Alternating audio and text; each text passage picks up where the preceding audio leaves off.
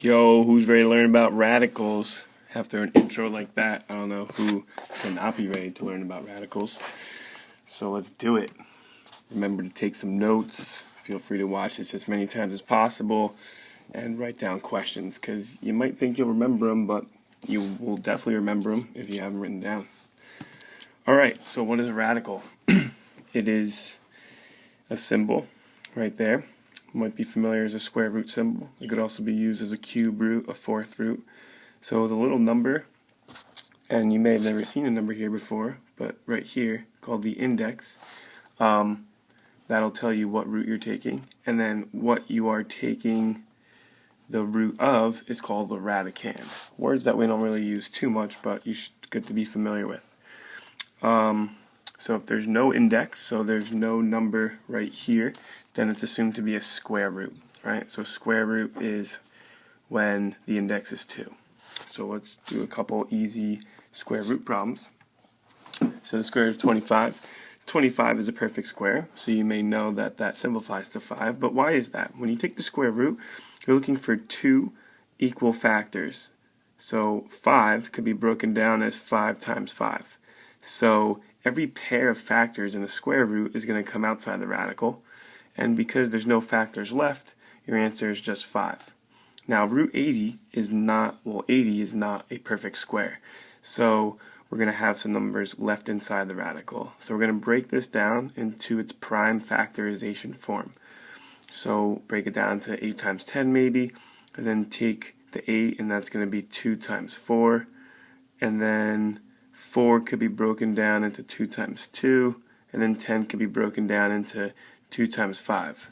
So we see that 80 is equal to 2 times 2 times 2 times 2 times 5. Alright, so every pair of factors, so here's one pair, is going to come outside the radical. Here's another pair, that's going to come outside the radical, because the square root of 4 is 2. The square root of 4 is 2, so you get 2 times 2 outside the radical, and then that 5 is left inside the radical. And then that's going to simplify to 4 root 5. Alright, there are a lot of different ways to do these. I just showed you one way. As long as you do it right, it's fine, but I feel like the way I just showed you is the most applicable for different situations. Alright, well let's look at some other types of roots. Non-square roots. So if you see a number right here, the index, then that is going to be the root that you're taking. So the third root is often called the cube root. You can also take a fourth root and a fifth root. And the index just tells you how many equal factors you're looking for. So in a square root, you're looking for a pair of equal factors, 2 equal factors that go into the radicand. When you're talking about a cube root, you're looking for 3 equal factors. If it was a 10th root, then you would have to find 10 equal factors in order to simplify that number out. So, one example, the cube root of 27. That's going to be 3 because 27 simplifies to 3 times 3 times 3. So you take all 3 of those factors, they come outside the radical, and you're not left with anything else. So let's try some. Well, actually, let's look at these properties first. Jump the gun a little bit. So this first rule, and in the next video when we learn about rational exponents, I can prove all these to you using rational exponents, but let's just get familiar with them first. The first rule here is just saying that you can take the root or raise something to a power in any order. So why is that important? Well, it's often easier to take the root, it's always going to be easier to take the root of a smaller number rather than a bigger number, which is why I always advise you to take the root first and then raise whatever number to whatever power. So here's a simple example. Let's say you had something like the square root of, 16 cubed. Now, the way it's written, you would have to do 16 times 16 times 16 and then take the square root of that. And 16 times 16 times 16 is a rather large number. So instead, the first rule tells you that you could always just take the square root first and then cube both sides, because they both have to do with exponents. If you think about PEMDAS, they both fall under the category of exponents. And when we learn about rational exponents, we'll see that radicals and rational exponents are very similar. So see, they could both be done after parentheses, so they could both be done in any order. So then you take the square root of 16 instead, and you get 4, and then 4 cubed is a lot easier to do than 16 cubed, and you don't have to worry about taking the root anymore.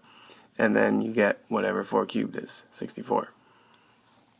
Alright, this rule is the rule that kind of helps you simplify radicals. So it shows that you can also multiply or take the root in any order. So you can actually do exponentiation, raising something to a power, taking a root, multiplication, and division in any order.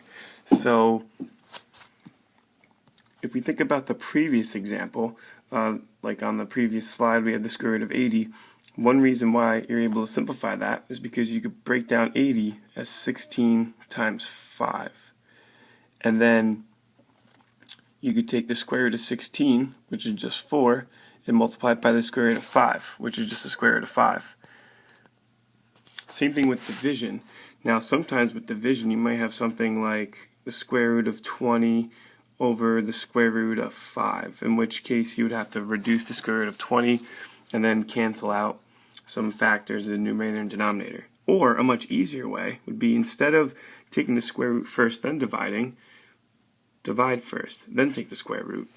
So you can rewrite that as the square root of 20 over 5, as opposed to the square root of 20 over the square root of 5. And 20 over 5 is just 4, and then that simplifies down to 2. This fourth rule here, so let me just erase this, it's getting a little crowded. This fourth rule is when you take the root of a root, you're just going to multiply those indices or indexes together. So like if you had, let's say you had 64, the square root of that, and then the cube root of that. I mean, you could take the square root and then take the cube root, but sometimes it's easier to just multiply the indices together and do, because there's no root there, that's really like a 2, do the cube root of the the cube root of the square root, just make it the 6th root of 64. And then that'll just simplify down to 2, because 64 is 2 to the 6th. And another rule is that a root of like an nth root to the nth power, that's just going to always cancel out and just give you what's inside the root. And that's going to be important for when we start solving radical equations or rational exponent equations. So if you ever want to get rid of a radical, you raise it to the power of whatever the index of the radical is.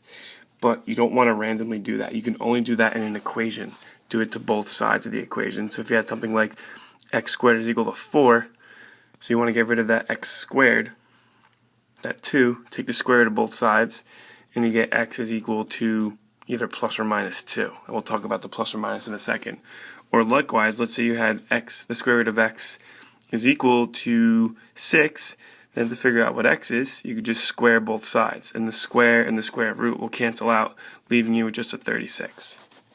Alright, and last but not least, you have to be careful and use absolute values when you take the even root of a quantity and it comes out and has an odd power. And we'll spend some time later on in this video talking about that. Whenever you take the odd root, you do not have to worry about absolute values. But whenever you take the square root, the 4th root, the 6th root, any even root, you're going to want to think about if you need to put absolute values. And we'll talk about that specifically in a couple minutes. So let's do some...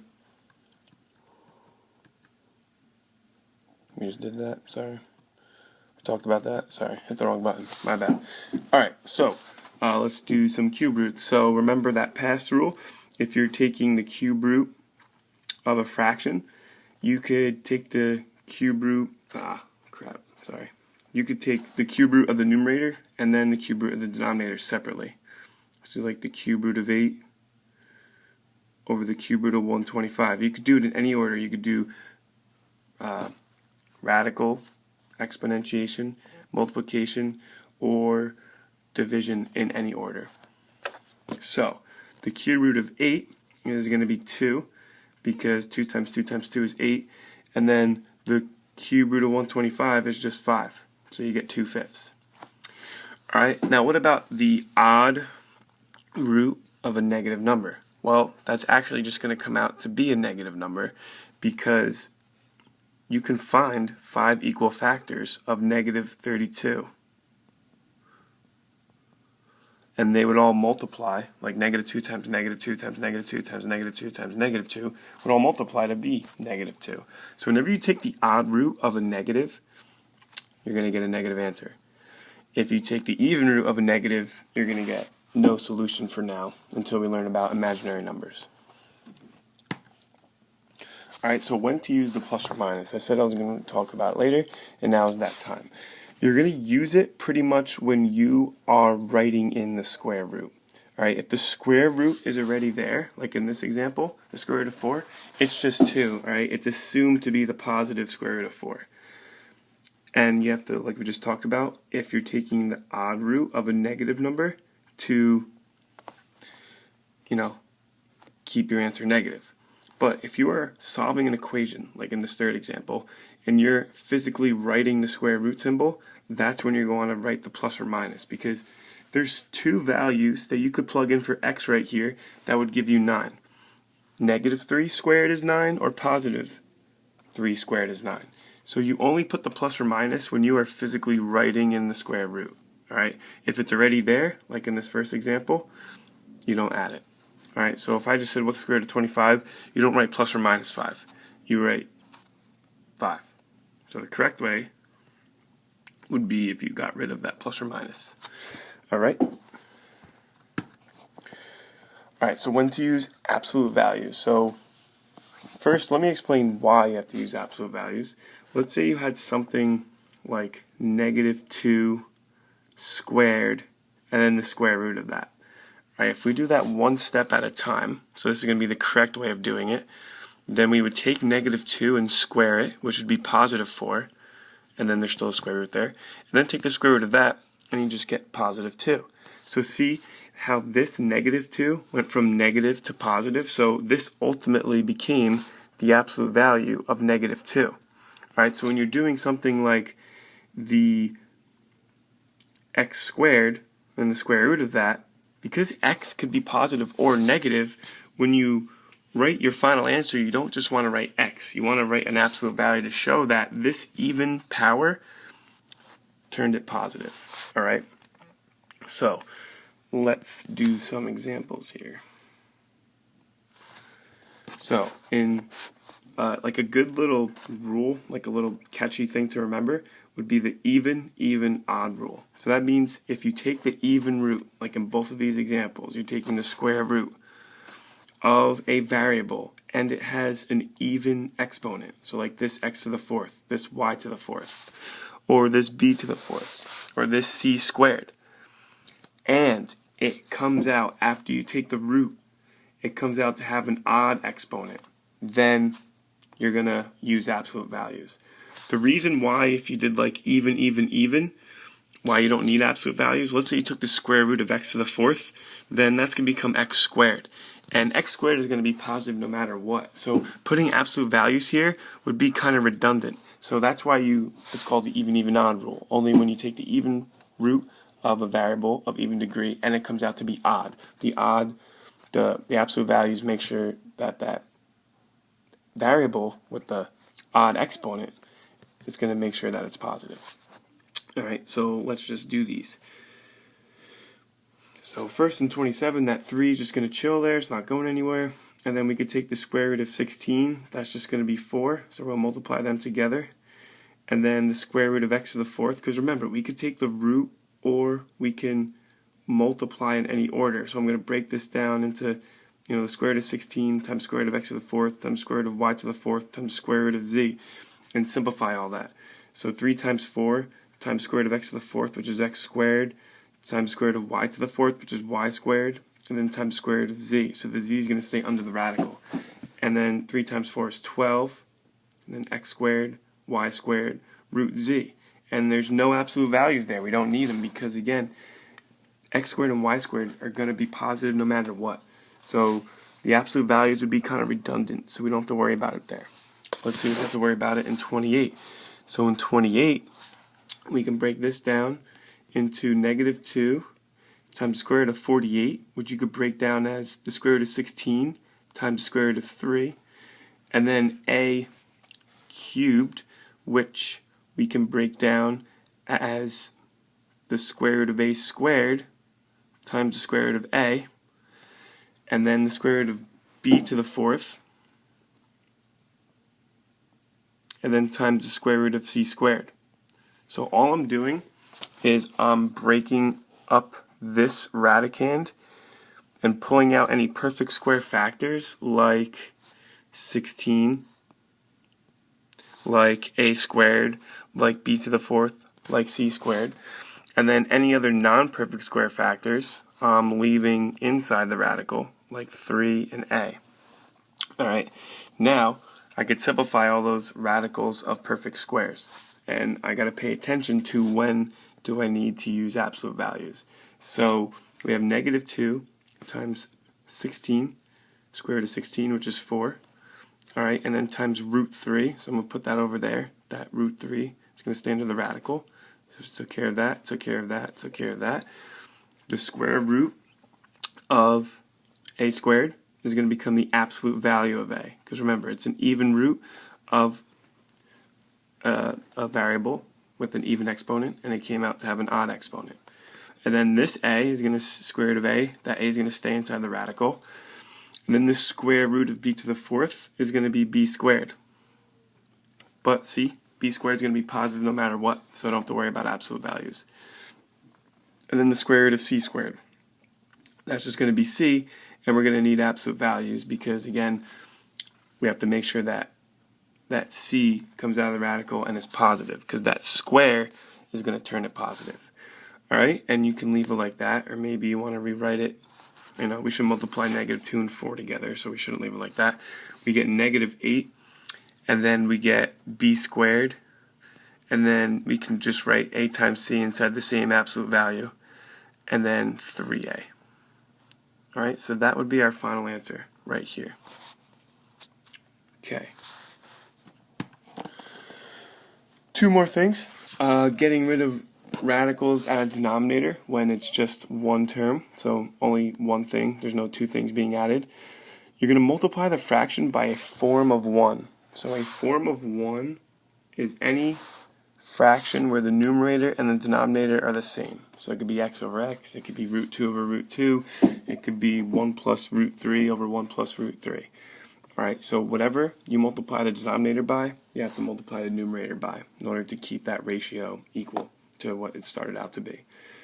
So in this example, the first one, 7 over 3 root 2, we don't want to multiply the denominator and numerator by 3 root 2, because the 3 is already outside the radical, so you'd just be doing extra work.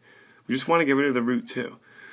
And we know that in order for a number to come outside of a radical, it needs to have another factor, another equal factor. So that root 2 will give it an equal factor. And we got to multiply the numerator by it too.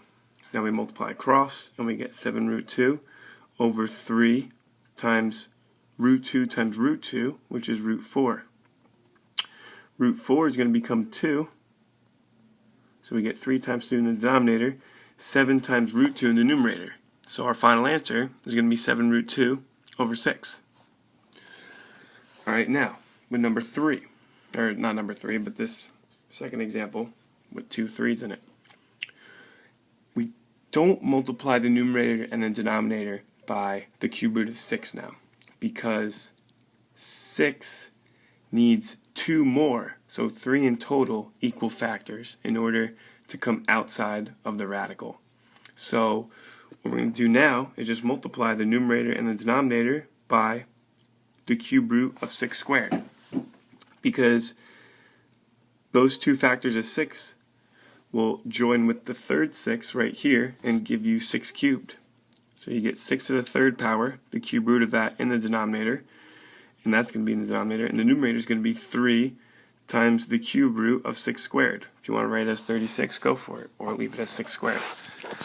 Alright, and always check to see if this part right here, see if this could be simplified, and it can't. So, because there's no perfect cubes that go into 6 squared or 36.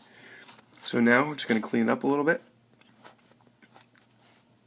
We're going to write this as 3 times the cube root of 6 squared over 6, because now that cube root and that cube will cancel out. Then 3 over 6, that becomes 1 over 2. And that's our final answer. The cube root of 6 squared over 2. Boom. Alright, last but not least, using conjugates to get rid of a radical in the denominator that has another term in the denominator. So let's say we have a binomial in the denominator, like this example, 4 plus root 2. And we want to get rid of that root 2. Now we can't just go ahead and square that number, because then we would change the value, right? Even if you squared the numerator and the denominator, if you had something like 1 over 3, right, and you squared the numerator and denominator, it'd become 1 over 9, which is not equal to what we started with, 1 over 3. So when you're dealing with simplifying fractions, you have to multiply the numerator and the denominator by the same thing. You can't add the same number to numerator and denominator, you cannot square the numerator and denominator, or else the value will change.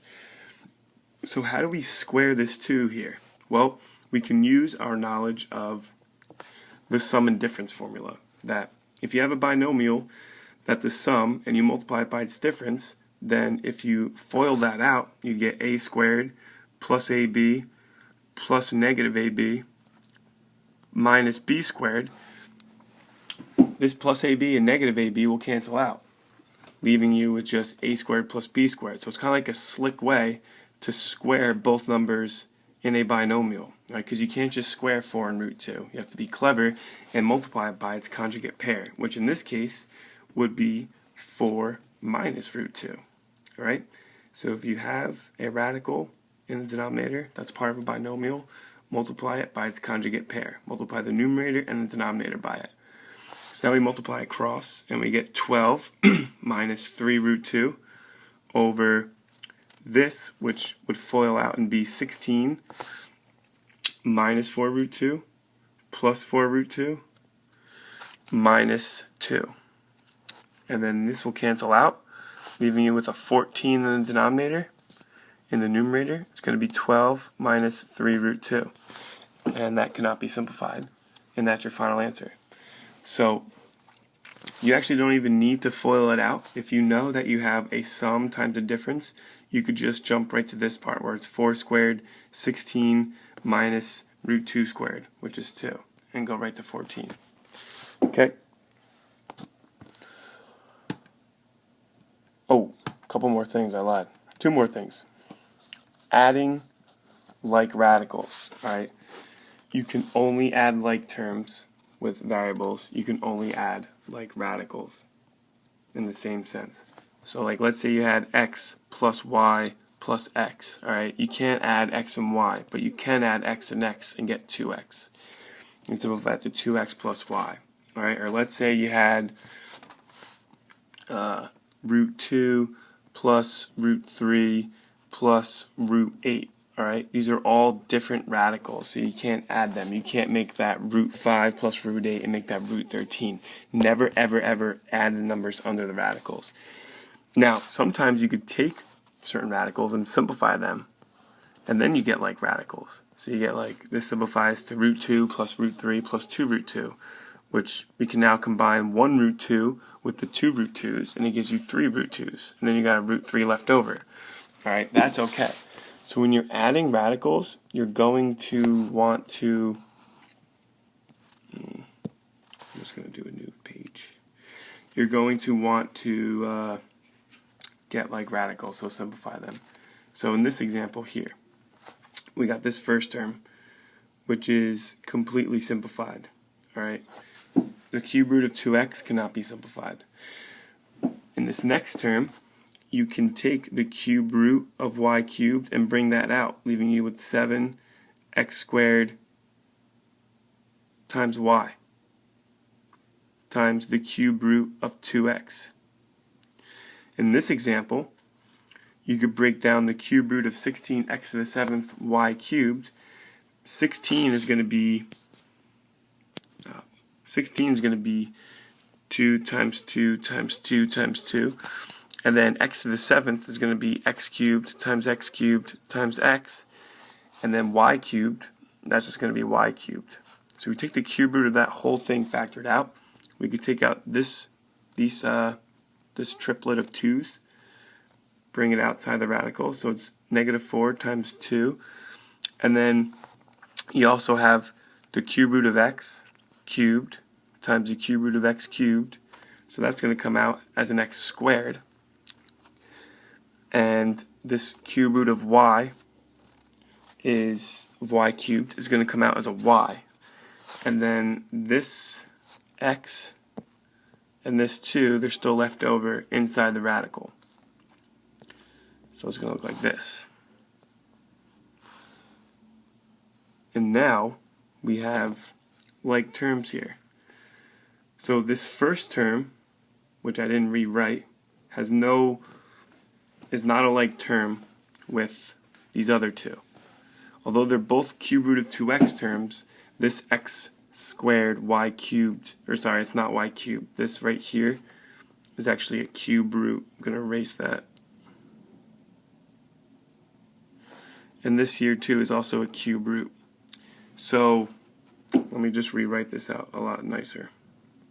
So now we have x to the 6th times y cubed times the cube root of 2x plus 7x squared times y plus the cube root of 2x minus 4 times 2, 8x squared y times the cube root of 2x. Alright, so now we have like terms here and here. They're both x squared y cube root 2x terms.